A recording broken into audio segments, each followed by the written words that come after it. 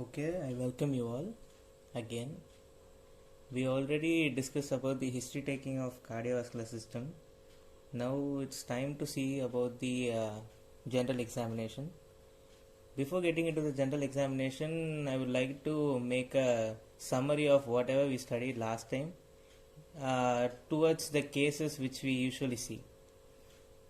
Usually we see cases like I'm just noting down the examination points. Valvular heart diseases,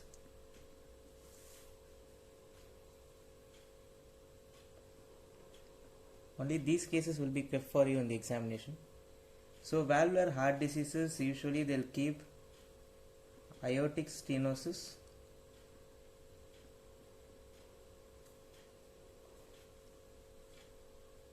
aortic regurgitation,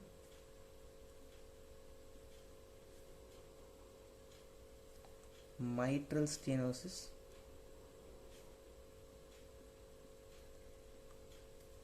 and mitral regurgitation.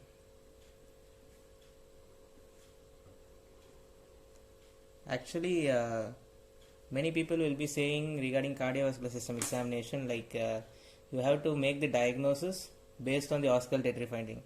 But my professor, what he said, right? Actually, before doing auscultation, you should be sure whether it is the diagnosis, because the auscultation should help you to confirm the diagnosis and should not help you to make the diagnosis, because there are situations like there will be conditions like MS associated with MR, MS associated with AS.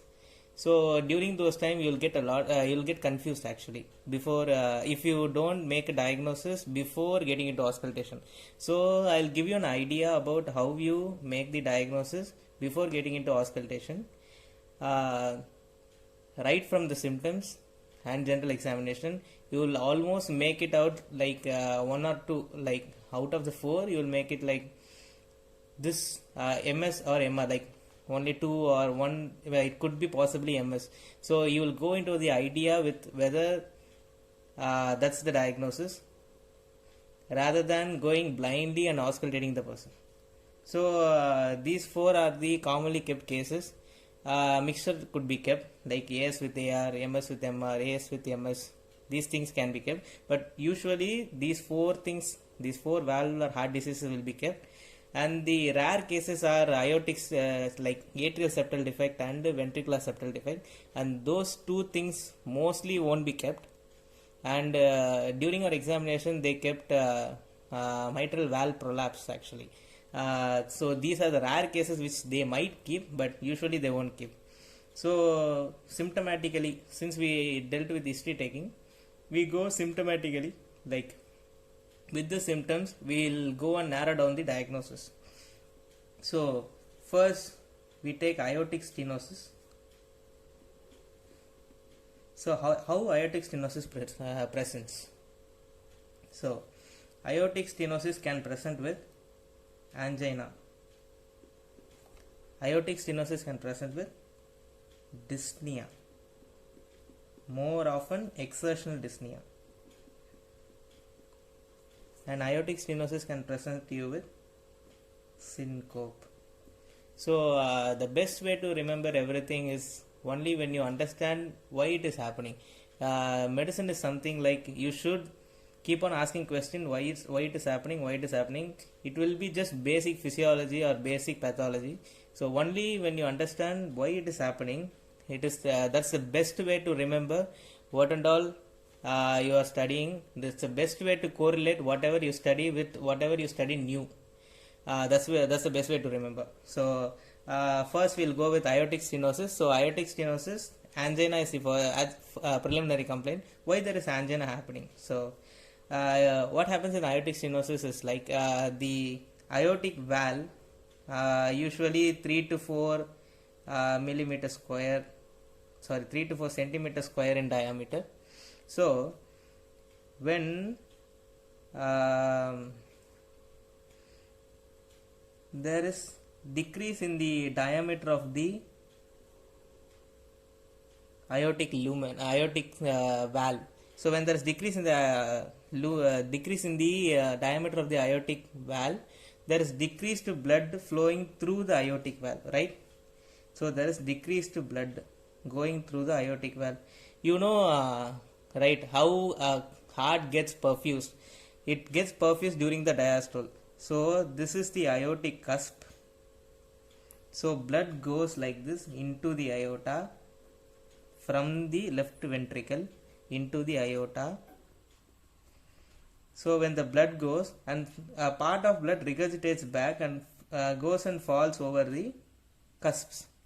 So after it is getting fallen over the cusp, from here the coronary arteries start and it goes and perfuses the heart. This is a normal mechanism. So in this case, the blood which is going through the left ventricle is very much decreased. So the blood going through the heart is also decreased.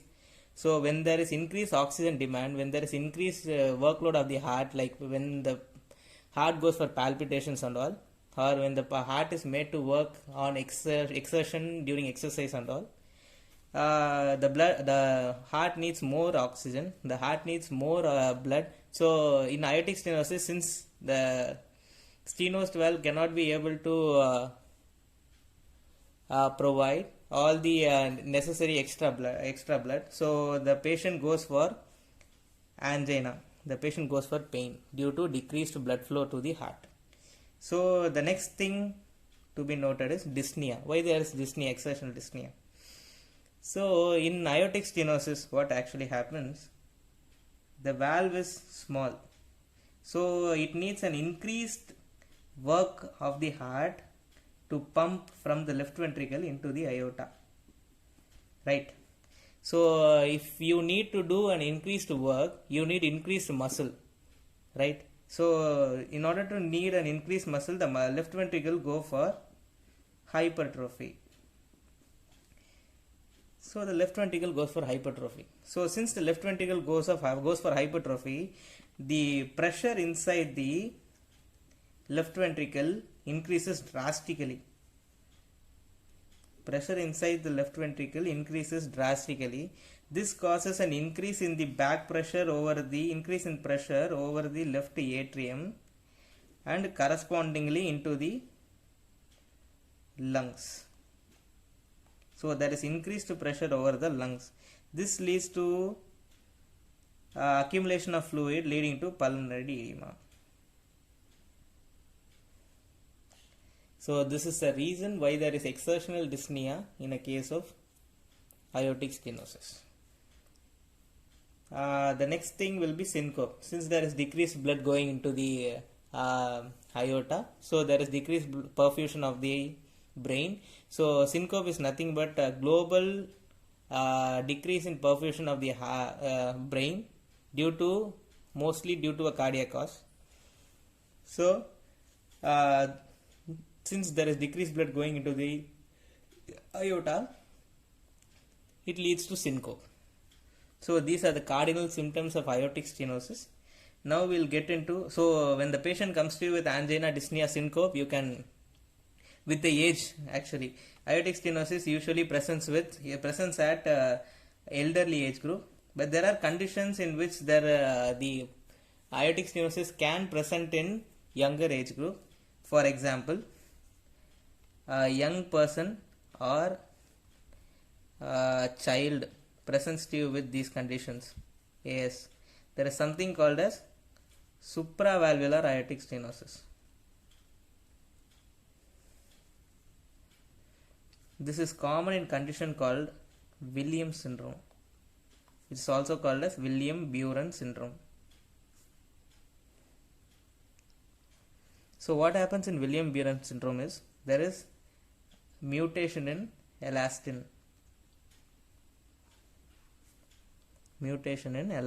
So there is mutation in elastin, which the presenting features are, there will be hypercalcemia.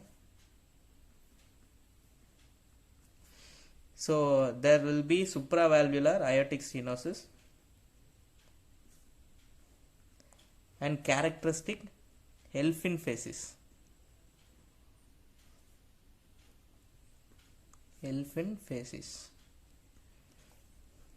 So supravalvular aortic stenosis is seen in William Buren syndrome. So we are done with aortic stenosis. Elderly people will be suffering from calcific aortic stenosis, and the next thing that you should know about is aortic regurgitation. So in aortic regurgitation, what are the symptoms that might be present? Usually aortic regurgitation doesn't produce angina.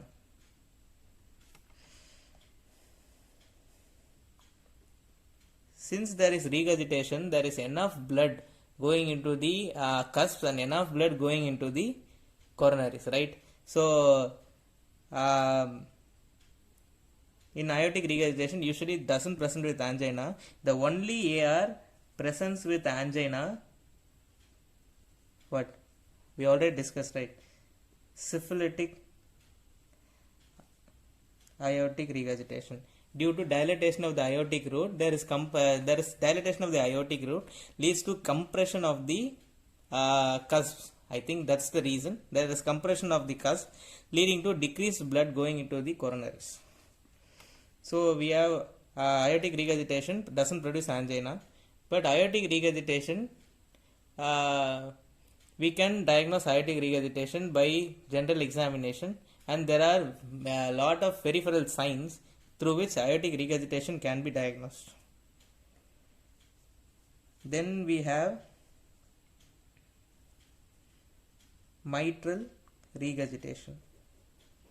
So we have mitral regurgitation. So what is actually happening in mitral regurgitation is the valve is going, the valve is not closing up. The mitral valve is not closing up during left ventricular systole, or during systole the valve is not closing up.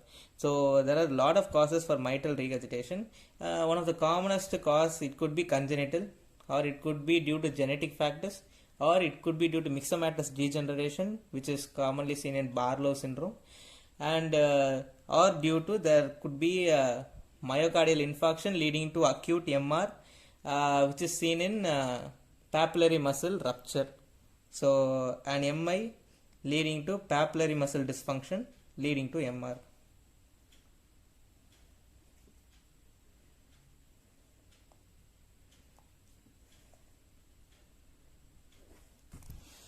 So MR, so what are the symptoms which is seen in MR? So what is actually happening in MR is there is left, so consider this is the heart.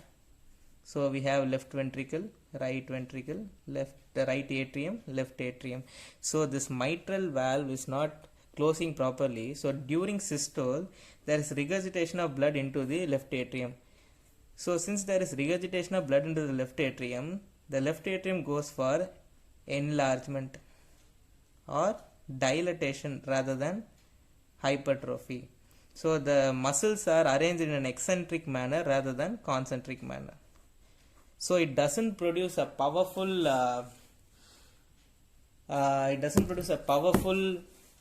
contraction like what left ventricular hypertrophy does.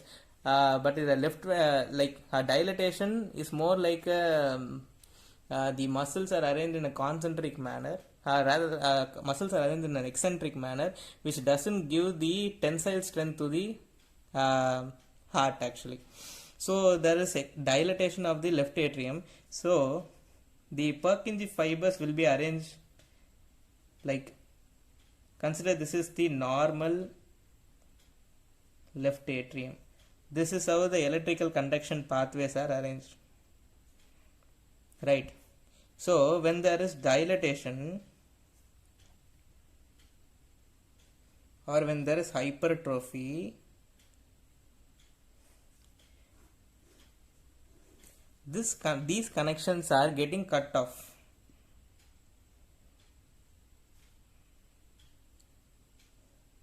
Since these connections are getting cut off, they produce, there is something called as automaticity.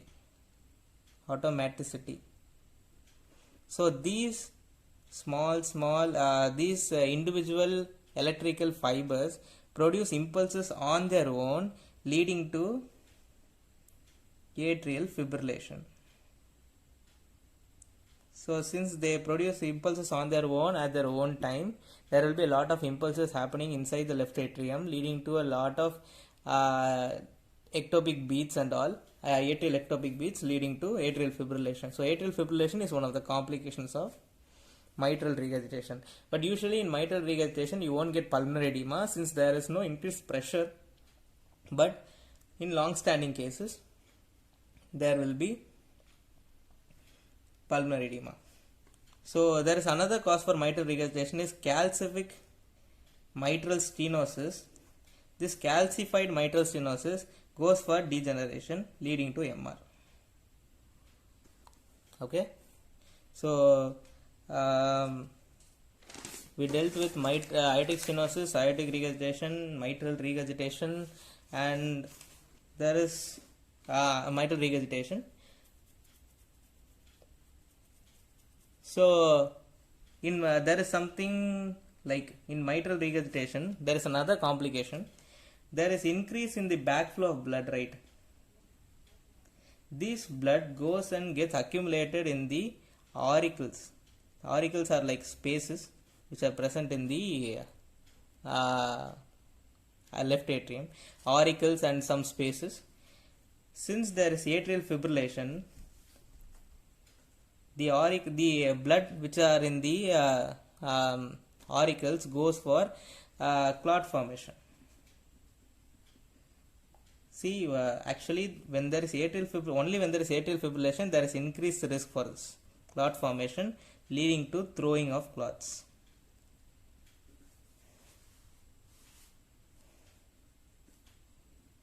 So there is increasing throwing of clots.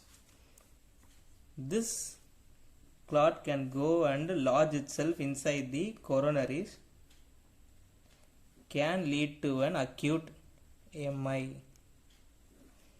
This clot can go to any other organs, like any end organ like kidney, intestine, brain, leading to various manifestations. When it goes to the kidney, it leads to acute infarct.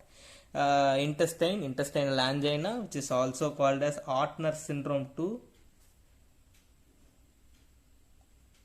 Ortner syndrome type 2. We dealt with Ortner syndrome type 1, which is a cardiovascular condition which leads to left atrial enlargement, any cardiovascular condition leading to compression of the left recurrent laryngeal nerve, leading to hoarseness of voice. Or if there is a silent vocal cord palsy, it leads to bilateral abductor palsy. The patient might present with stridor.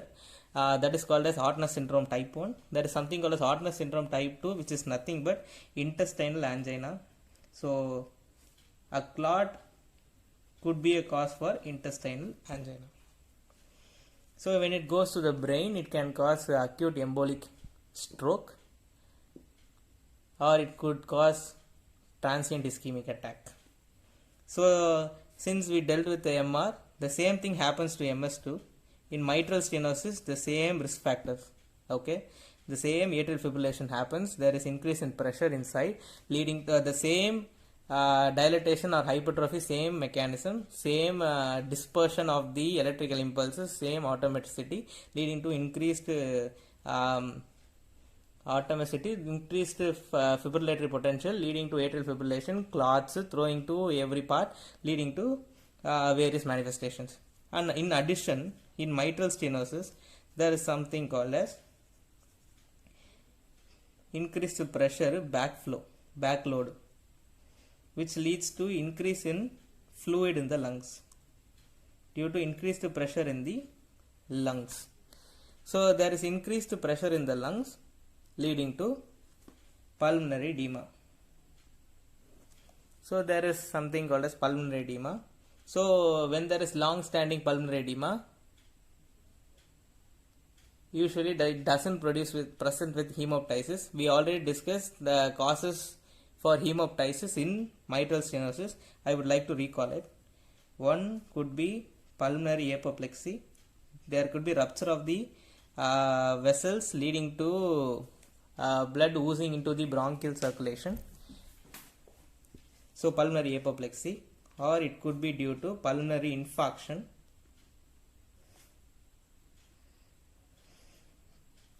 or it could be due to anticoagulant usage in patients with atrial fibrillation, or it could be due to pink frothy sputum of pulmonary edema,